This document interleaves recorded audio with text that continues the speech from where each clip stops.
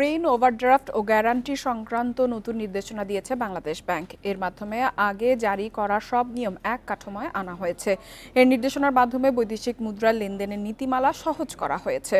মঙ্গলবার কেন্দ্রীয় ব্যাংক এ সংক্রান্ত নির্দেশনা দিয়েছে। নির্দেশনায় বলা হয়েছে, এতদিন বিভিন্ন গাইডলাইন ও সার্কুলারে থাকা নির্দেশনাগুলো প্রয়োজনীয় সংশোধন সহ একত্রিত করা হয়েছে।